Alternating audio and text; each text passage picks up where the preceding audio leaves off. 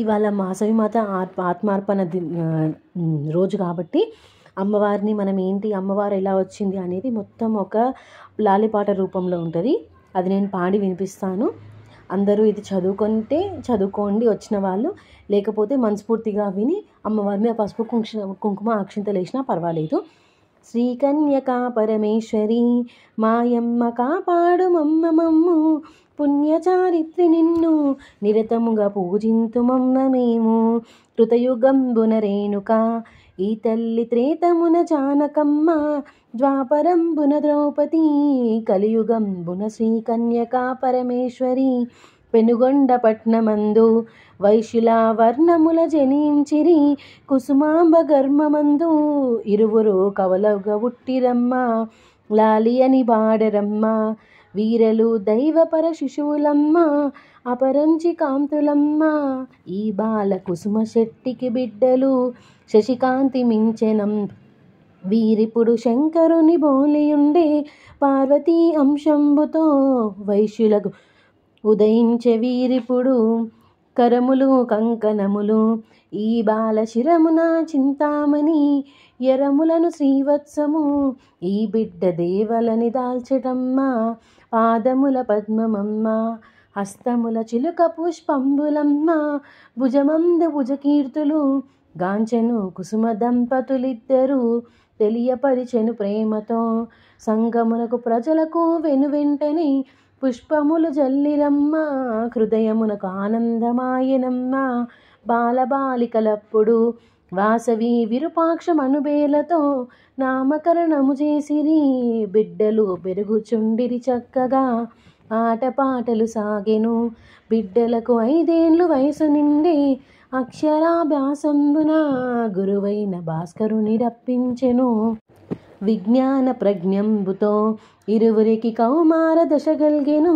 సంగీత సాహిత్యము పలు విద్య గొప్పగా నేర్చిరమ్మ, అష్టదశ శాస్త్రములు 4 వేదములు నేర్చిరమ్మ. ఆశ్రమ విద్య నుండి వెంటనే గృహములకు వచ్చేరమ్మ, బంధువులు పిలిచిరమ్మ. వైశ్యులు వేదములు బటింపగా తక్షణం ముగ తల్లిదండ్రులు విరూపాక్షముపనయము చేసిరమ్మ. రత్నపురీవతి రమణితోడ విరూపాక్ష వైవాహికంబాడెను, కాంపురముకొచ్చెనన్ను కోడలు కనికరంబుగా నుండెను. రాజమండ్రీపురమును విష్ణువర్ధనముడు పాలము చేయుచుండే, దిగ్విజయంబునకై పనియంచు పెనుగొండగొచ్చెనమ్మ. ఈ రాజు ఎవ్వరనినా పాండవుల మనమడై జనించెను, చంద్రవంశపు రాజుగా ఇతను ప్రఖ్యాతిగాంచెనమ్మ. పెనుగొండపుర వైశ్యులు రాజుకు హారతులు ఇచ్చుటకొనుకై కన్యతోడుండనేను, కుసుమార్య వేడుకలు చేయుచుండే. కన్యకను చూచి తాను కనుచెదిరి కామాంధుడై పల్కెను, కన్య నాకిమ్మంటుచు యారాజు రాయభారము పంపెను.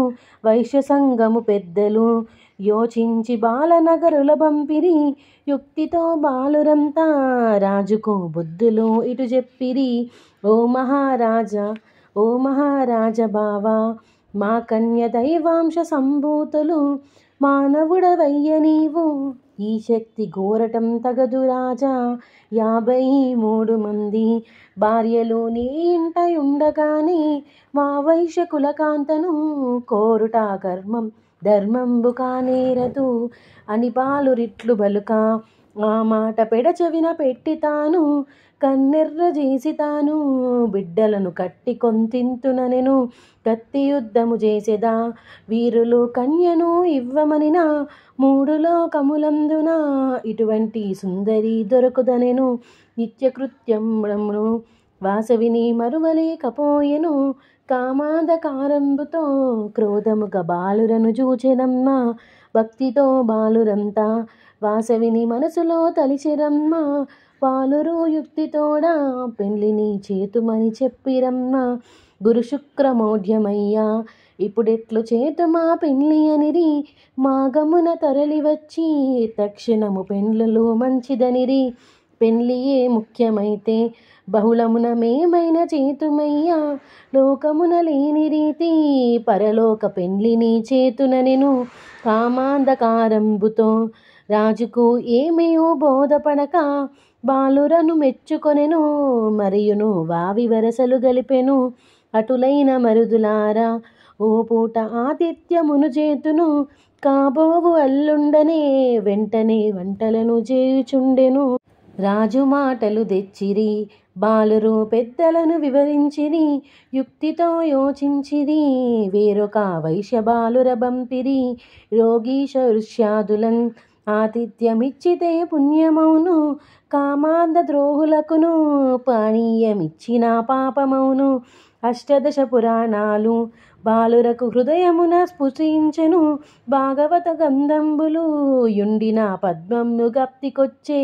వారజాక్షుల యందున మరియును వైవాహికంబందున విత్తమందు ప్రాణముల నందునన్ను బొంకొప్ప పాపమే అంటదయ్యా.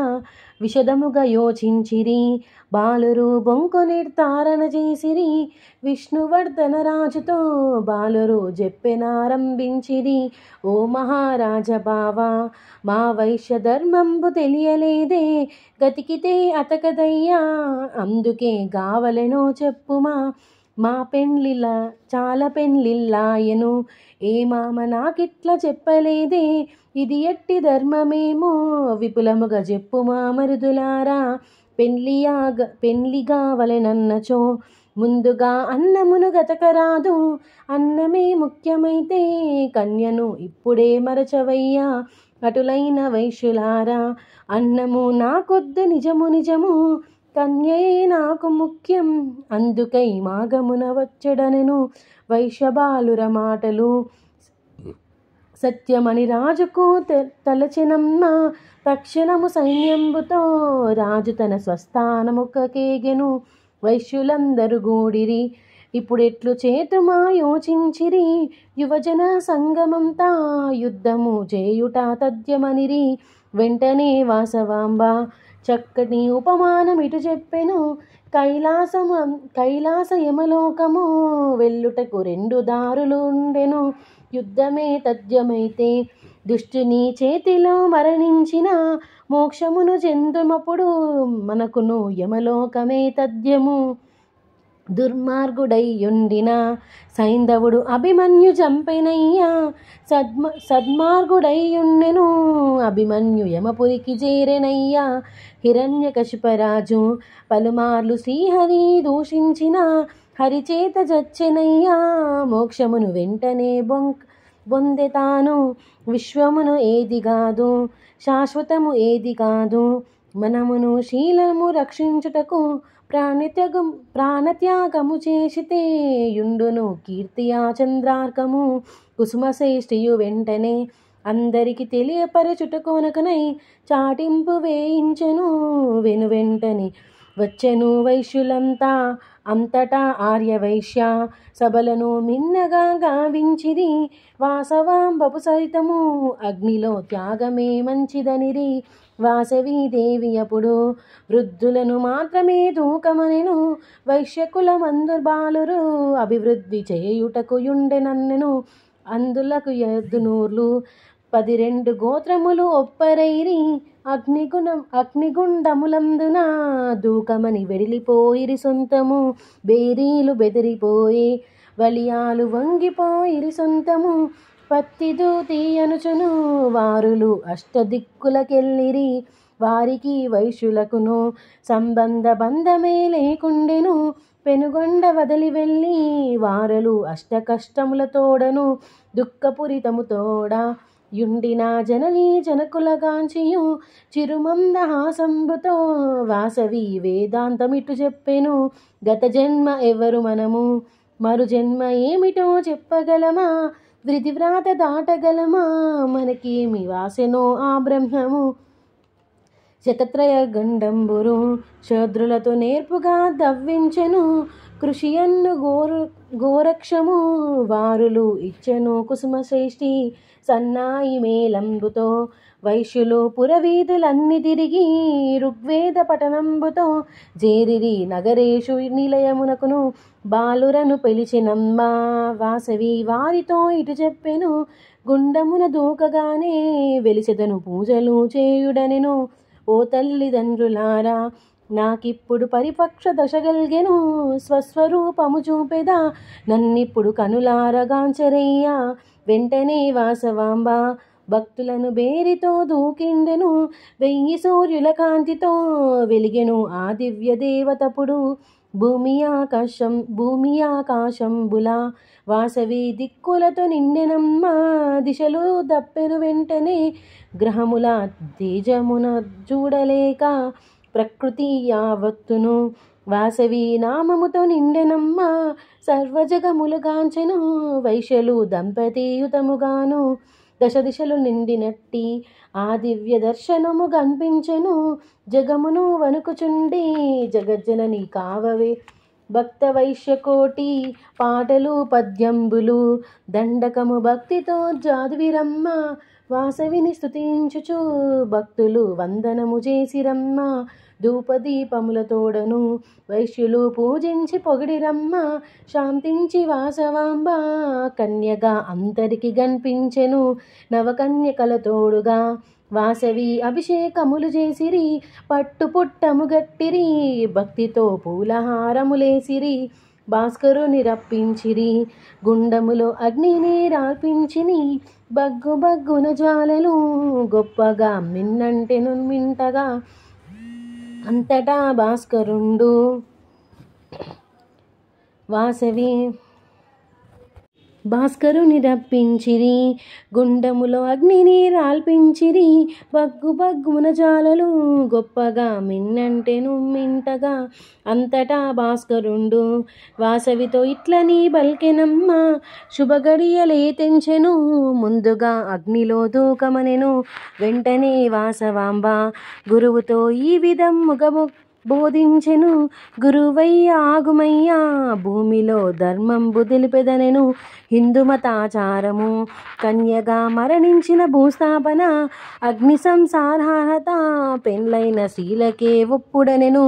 వందనము చేసి తాను భక్తితో నగరేషు బిల్వగానే దండనల్ మ్రోగించుచు కాంతులతో దిక్కులు పిక్కటిల్లే లింగముంచేదించుచు నందిపై నగరేషుడొచ్చెనమ్మ. వాసవి గలముయందు మాంగళ్య ధారణ చేసెనమ్మ. ఆ శుభ సమయంబులో భాస్కరుడు మంత్రమును పఠించెను. దేవతలు దీవించిరి వెంటనే పుష్పవర్షము కురిసెను. గంధంబు జల్లిరమ్మ దంపతులు గాయత్రి గాంచిరమ్మ. బ్రాహ్మణులు దీవించిరి పురజనులు పుష్పములు జల్లిరమ్మ. నగరేషు ప్రేమతోడా వాసవిని హప్తమును పట్టుకొనెను. కైలాస వెళ్ళుదామా నందిపై వాసవిని ఎక్కుమనెను. భర్తతో వాసవాంబ ప్రేమతో ఇట్లని బల్కెనమ్మ. 3 రాత్రుల పిమ్మట ఆత్మగా నీదరికి చేరదనెను. నా వైశ్యులందరకును మోక్షమును ఇవ్వమని కోరగానే నగరేషుడొప్పుకొనెను. వెంటనే నందిపై వెళెడతాను బాలనగురుల పిలిచిరి. వాసవి 3 ధర్మములు చెప్పెను. దుఃఖమును బాపెనమ్మ బాలరును ఓదార్చు ప్రేమతోడా. 3 రాత్రులు గడిచెను. త్వరితముగా శుభ గడియలే తెంచెను. రాజునకు శాపముసగి వాసవి అగ్నిలో దూకెనమ్మ. వెంటనే వాసవాంబ జ్యోతిగా కైలాసపురి చేరెను. శంకరుని చూచెనమ్మ. అర్ధాంగి హస్తమును పట్టుకొనెను. వామకం బంధున వాసవిని కూర్చుండబెట్టుకొనెను. అర్ధ శరీరంబున చేర్చుకొని దర్శనము ఇచ్చతాను. 120 గోత్ర దంపతులు అగ్నిలో భస్మమైరి. గురువయ్య భాస్కరుండు బాలులను దగ్గరకు చేర్చుకొనెను. శివ విమానములొచ్చెను, శైవులకు స్వాగతము చెప్పిరమ్మ. శంకరుని కడకేగెను వైశ్యులు శూల పంపినిగాంచిరి. విష్ణుదూతలు వచ్చెను, వైష్ణవులను విష్ణువే కాంచిరమ్మ. ఈ చరితమిట్లుండగా రాజుకు ఇక్కట్లు మొండాయను. పెండ్లి అనుచును రారాజు పెనుగొండపురి చేరెను. వెంటనే శాపంబుతో ఇక్కడే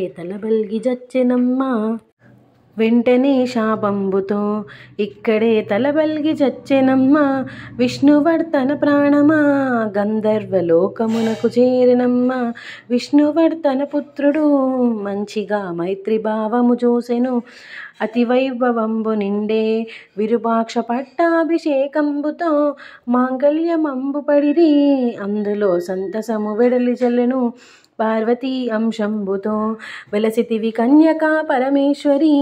ఆర్యవైశ్యులకెల్లను ఇలవేల్పు వైతివని బొగిడిరమ్మ. వైశాఖ శుద్ధ దశమి వాసవికి మాఘశుద్ధ విధియకును పూజలను చేయవలెను. వెంటనే వాంఛలో నెరవేరెను. ఈ కథ ఇంటింటను చదివినా చెప్పినా విన్నగాని పరమమోక్షము తోడను. నిక్కము గల సకల సౌఖ్యము గల్గొను భక్తితో ప్రతినిత్యము. వాసవికి పూజలు చేయుడమ్మ. మంగళం పాడరమ్మ, మంగళం పాడితే మోక్షమమ్మ. శ్రీ కన్యకా పరమేశ్వరి మాయమ్మ కాపాడు మమ్ము. పుణ్యచారిత్రి నిన్ను నిరతము పూజింతుమమ్మ మేము అని ఇట్లా అమ్మవారికి చేసుకొని పారాయణం చేసుకొని మీరు అమ్మవారిని పసుపు వేసి దండం పెట్టి తర్వాత ఆత్మప్రదక్షిణ చేయడమే. ఆత్మప్రదక్షిణ మంత్రం వచ్చేసి యాని కాని చ పాపాని జన్మాంతరకృతాని చ తాని ప్రదక్షంతం ప్రదక్షిణం పదే పదే పాపోహం పాపకర్మాణం పాపాత్మ పాపసంగవ త్రాహి మాం కృపయా దేవా శరణాగతవత్సల అన్యదాశరణం నాస్తి త్వమేవ శరణం మమ తస్మాత్ కారుణ్య భావేన రక్ష రక్ష శ్రీ వాసవి కన్యకా పరమేశ్వరి దేవ్యై నమః అని ఇట్లా ఇవాళ అమ్మవారిని మాఘశుద్ధ విద్య రోజు అమ్మవారిని మనస్ఫూర్తిగా తలుచుకొని అమ్మవారికి దండం పెట్టుకోండి. జై వాసవి, జై జై వాసవి.